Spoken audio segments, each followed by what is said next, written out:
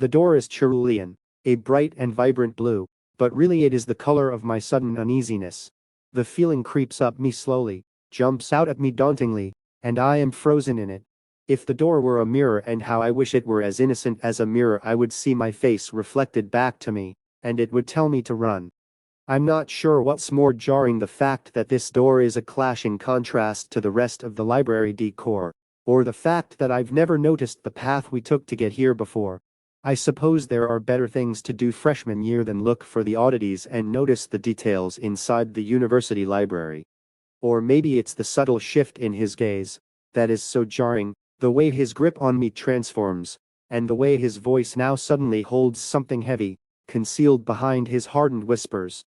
It seems impossible to retreat now, and even if I had the courage to turn and run away, following my screaming bit, all the way down the stairs, and out the library doors, there is still a part of me that is curious, hopeful, lustful. Wasn't dating a professor supposed to feel dangerous? Wasn't that how it felt just moments ago, when he'd pressed me up against the wall of shelved books downstairs and kissed me, and I thought to myself, is there anything more thrilling than this? Wasn't it that same exciting feeling that I felt when he'd whispered into my neck that he had a secret to show me, and I eagerly followed him up the stairs?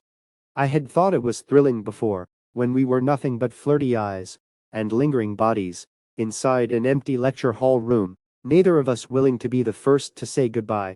He'd chipped away at his desk with his nails, while I'd fingered it, tracing circles and pathways across the dark mahogany wood, each stroke a question: what would your skin think of this? Meanwhile, our mouths said frivolous things, silly words about the weather and hometowns and restaurants off campus, things that had nothing to do with anthropology assignments. Between those words, our silences begged the other to stay just a little longer, so we could eventually maybe use our mouths for other things. We were testing the waters then, seeing how far we would swim out before turning back. It turned out this professor could swim all the way out to my dorm room, somewhere I'd never seen another professor go. "Let me take you to the library tonight," he'd whispered.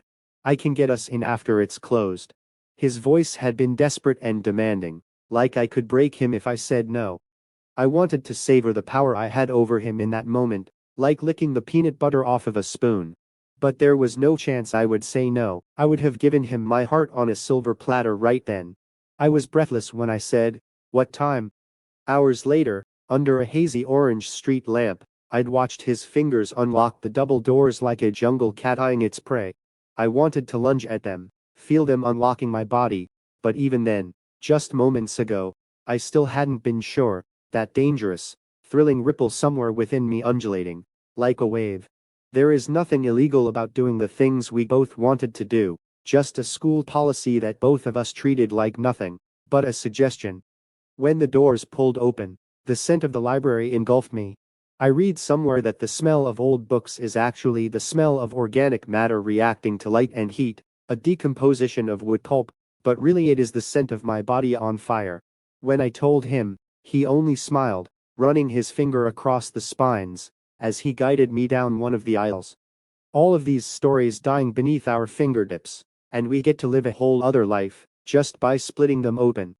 When I'd heard those words, I thought he was a sexy young, anthropologic, literary genius, and I couldn't believe he'd chosen me. In that moment, I was certain I'd let him split me open and read me like one of those books. But now, there is an edginess to this thrill, a sense of danger that hadn't surfaced yet, a creature rising from the midnight zone. Hairs standing up on the back of my neck, or is that his breath? I feel my bones run cold, like I am standing on a precipice, and if I open that door, I might free fall right into the sky. I've never showed anyone this before, he lies, but I barely register his words, my mind lost in a tumbleweed of disregarded warnings, from my mother, from friends, from school, advisories, the university campus, newspaper, 3 freshmen, girls, still missing. He wraps his arms around my waist, like we are comfortable lovers now, like the one kiss we shared downstairs turned our student-teacher relationship into something more intimate. I lean into it, still playing the part of the brave girl. I thought I wanted that. I followed him up those stairs wanting just that. There is still a part of me that does. Fear has stolen many of these experiences from me, And I promised this year would be different, didn't I? I shouldn't take hold of the doorknob, but I do. And I hear him giggle behind me. It sounds like victory. It sounds like, good girl. There's no creak when I turn it. The handle glides smoothly, and I hear it unlatch. In another life, I push the door open, and there is a room with a small round table sitting in the middle. It is adorned with a white cloth and candles, and there is a violinist playing a soft, soothing song. From somewhere, a perfectly prepared steak meal is delivered, and we slice it slowly with our knives, while drinking wine and slurring out delectable secrets. In that life, we make love above 1,000 love stories bound in leather, and spend years happily together. After I graduate, we get married and have 2 children, Olive and Iris. We grow old together, and tonight becomes a treasured story about the romantic night when we fell in love, a story that belongs in one of those books downstairs. In another life, I open the door, and there is a boring room with a game of chess set up for us on a table in the corner. We play a few rounds, him winning twice before he finally lets me win once. I pretend to love it, and we dat in secret for a few months, before things fizzle out.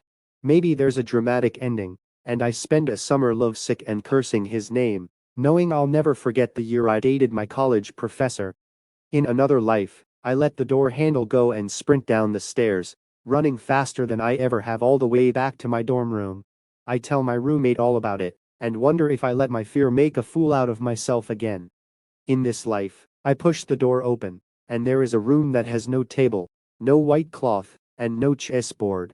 There is a room with fur walls, ones I wish had mirrors on them so I could see my reflection. The realization settling in my eyes would tell me there's a shark in the water, to swim fast, even though I know it's too late.